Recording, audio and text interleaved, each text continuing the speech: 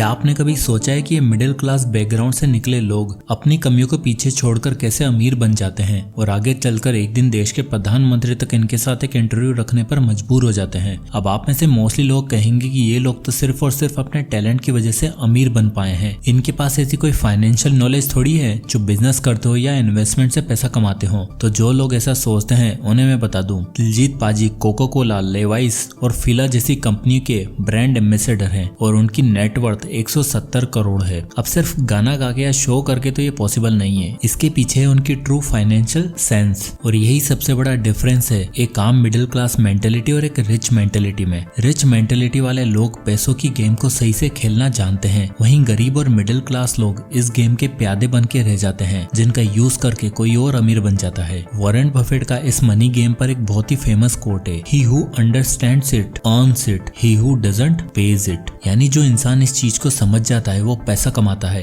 और जो नहीं समझता वो पैसा गवाता है। एक मिडिल क्लास आदमी दिन रात मेहनत करके महीने की आखिरी तारीख का इंतजार करता है कि कब उसकी सैलरी आए और कब वो एंजॉय कर पाए। पर एंजॉय तो छोड़ो, बेचारे की सैलरी ही कट कुटा कर इतनी कम आती है और उसके ऊपर से ईएमआईज, घर खर्चे अलग। 15 से 20 हजार कमाने वाला व्यक्ति सोचता है इतनी सी सैलरी में अपने परिवार का खर्चा चलाऊं, मजे करूं या सेव और इन्वेस्ट करूं। सेव और इन्वेस्ट तो छोड़ ही दो, बेचारा खर्चों के चक्कर में मजा भी नहीं कर पाता। पर कमी सैलरी की नहीं, बेटर इन्वेस्टमेंट स्ट्रेटेजी की है, पावर ऑफ कंपाउंडिंग की है, जो आज भी 50% मिडिल क्लास पॉपुलेशन नहीं समझ पा रही है। कुछ यही हाल था मयूर का। मयूर एक 21 साल का आईटी प्रोफेशनल था जो अपने दो दोस्त आयुष और रोबिन के साथ कॉलेज खत्म करके गुरुग्राम शिफ्ट हुआ था। मयूर का मानना था कि 15,000 की नौकरी में वैसे भी कुछ नहीं बचने वाला। मयूर के फादर उसको भोपाल से रेंट वगैरह के खर्चों के लिए सपोर्ट कर दिया करते थे। तो मयूर ने कहा जब काम चल ही रहा है तो क्यों ना अपने पैसों को अपने शौक पूरे करने के लिए यूज किया जाए। अब गुरुग्राम में रहने वाला एक फ्रेशर जिसकी 15,000 सैलरी, वो कहाँ पैसा बचाने वाला था। अब साल 2009 में 15,000 की भी काफी वैल्यू हुआ करती थी क्योंकि चीजें सस्ती थी, डेवलपमेंट फेज शुरू हुआ था और खाना पीना सब कुछ एकदम रीजनेबल था। ऐसे में एक इंसान को कह दिया जाए बेटा रेंट की चिंता मत कर तो वो तो फैल ही जाएगा ना। और मयूर सिर्फ फैला नहीं, उसने अपने 15,000 को ऐसे उड़ाया जैसे मानो महीने का 1.5 लाख कमाता हो और किसी बड़े बिल्डर या बिजनेसमैन का बेटा हो। वहीं दूसरी तरफ आयुष और रोबिन की भी पहली नौकरी 15,000 की लगी। तीनों दोस्त इंजीनियरिंग बैकग्राउंड से थे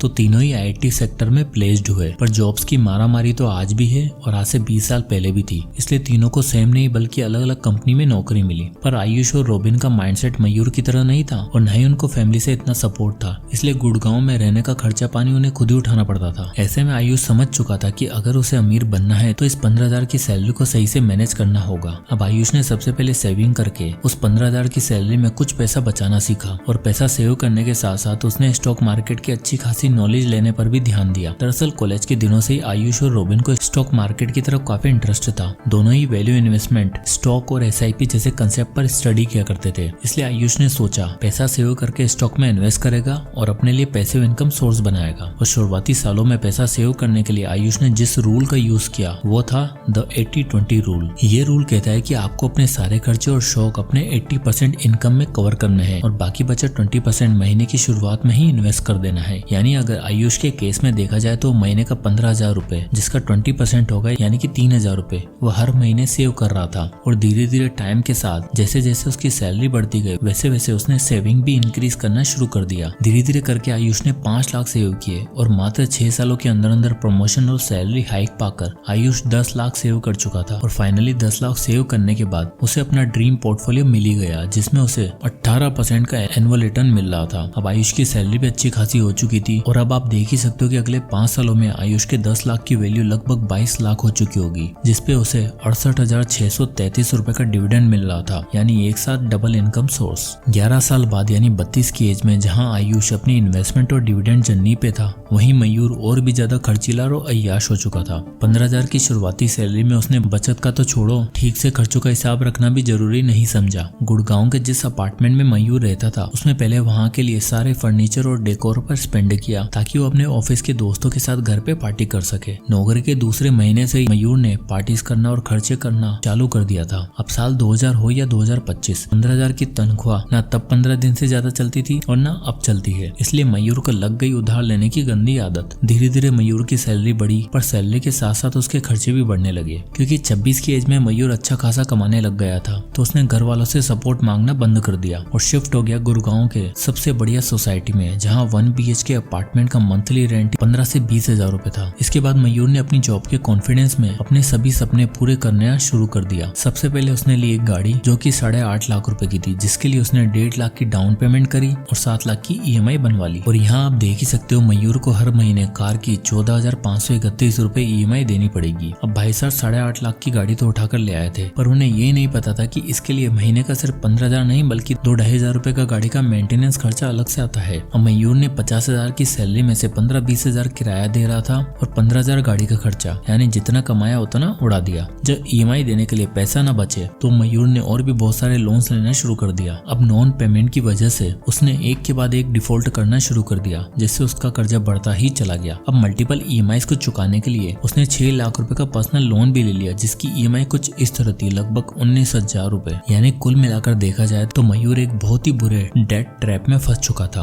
और अब उसे किसी बैंक या कार्ड कंपनी से लोन भी नहीं मिल रहा था, क्योंकि उसका सिबिल भी खराब हो चुका था। अब मयूर के पास पैसा कमाने का सिर्फ एक ही सोर्स था और वो थी उसकी जॉब, पर पैसा खर्च करने के बहुत सारे सोर्सेस। न मयूर के पास कोई इमरजेंसी फंड था और न ही कोई सेविंग थी। अब मयूर इतने बड़े फाइनेंशियल बबल में फंस चुका था कि बस एक बैड न्यूज और सब कुछ बर्बाद हो सकता था, और वह भी कुछ वैसा ही। मयूर की जॉब छूट गई और अब जो उसके पास सिंगल इनकम सोर्स था वो भी चला गया। 32 की एज में जहाँ आयुष मल्टीपल इनकम सोर्सेज बना चुका था, वहीं मयूर पूरी तरीके से बर्बादी की कगार पर था। और 11 साल बाद जाके उसे अपने कॉलेज की दोस्तों की याद आती है, क्योंकि इन बीच के सालों में तो उसके ऐसे दोस्त बने जो सिर्फ उसके सुख के साथी थे, और जब सच में मदद करने की बारी आई तो सबने हाथ खड़े कर दिए। तब जाके मयूर ने याद किया आयुष और रॉबिन को। अब आयुष के बारे में तो वो जानता था, पर रॉबिन एक दूसरे रास्ते पर चल रहा था। मयूर ने जब आयुष से मिलने का सोचा तब उन दोनों को रॉबिन की भी याद आई। आयुष ने रॉबिन को बुलाया और 11 साल बाद तीनों दोस्त एक साथ थे। आयुष ने अपना पोर्टफोलियो दिखाया और बताया कि अगले कुछ सालों में उसके पास 1 करोड़ की वेल्थ हो जाएगी, जिसपे उसको 3 लाख रुपए का डिविडेंड भी मिलेगा।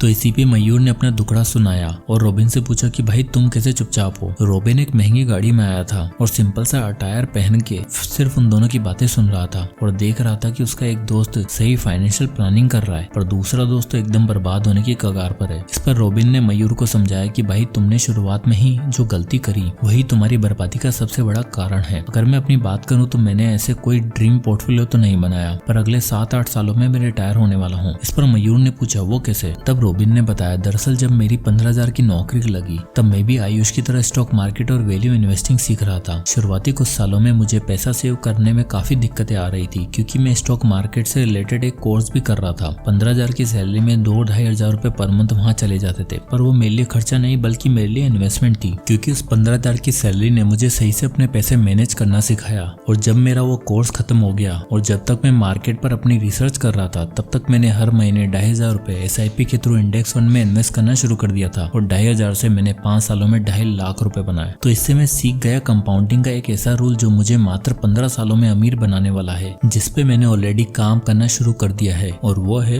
The 8-4-3 rule of compounding. ये 8-4-3 रूल कहता है कि आपको अपने लिए एक ऐसा अमाउंट पर मंथ इन्वेस्ट करना है जहां से आपको ऑन एन एवरेज 12% का एनुअल रिटर्न मिले, और आपको उस अमाउंट को हर साल 10% से इंक्रीज भी करना है, जिससे पहले 8 सालों में आपके पास 33 लाख रुपए होंगे और फिर अगले 4 सालों में नेक्स्ट 33 लाख और अगले 33 लाख मात्र 3 सालों में, यानी 1 करोड़ रुपए। रॉबिन ने सोच लिया था कि उसे 15 सालों के अंदर अंदर 1 करोड़ रुपए चाहिए, और क्योंकि अब वो 26 साल का हो चुका था और उसे स्टॉक मार्केट की अच्छी खासी नॉलेज भी हो चुकी थी, पर रॉबिन ने अपनी जॉब नहीं छोड़ी और 5 साल बाद उसकी सैलरी बढ़कर 50,000 हो चुकी थी, और साथ ही साइड हसल में वो स्टॉक कंसल्टिंग करके 15 से 20 हजार रुपए एक्स्ट्रा अर्न भी कर रहा था। अब रॉबिन को जरूरत थी एक ऐसे अमाउंट डिसाइड करने की जो उसे 8-4-3 रूल के हिसाब से 1 करोड़ रुपए दे सके, और वो अमाउंट था 15,000 रुपए, यानी रॉबिन की फर्स्ट सैलरी वाला अमाउंट। यहाँ आप देख ही सकते हो कि रॉबिन 15,000 रुपए हर मंथ अपनी एक्स्ट्रा इनकम से निकाले और उस अमाउंट को इंडेक्स फंड में इन्वेस्ट किया, जहाँ से उसे ऑन एन एवरेज 12% का रिटर्न मिल रहा था। अब पहले 8 सालों में आप देख सकते हो कि रॉबिन 20 लाख इन्वेस्ट कर चुका है और उस पर उसे मिल रहे हैं 32,63,000 रुपए। ये पीरियड सबसे स्लो ग्रोथ का होता है, जहाँ मोस्टली इन्वेस्टर बैकआउट कर जाते हैं, लेकिन असली पावर ऑफ कंपाउंडिंग चालू होती है इसके बाद। अब 4 साल बाद यानी 12th ईयर में आप देख सकते हो कि 38 लाख की इन्वेस्टमेंट पे उसे मिल रहा है 75 लाख रुपए, और नेक्स्ट 3 सालों में ड्रीम अमाउंट पूरा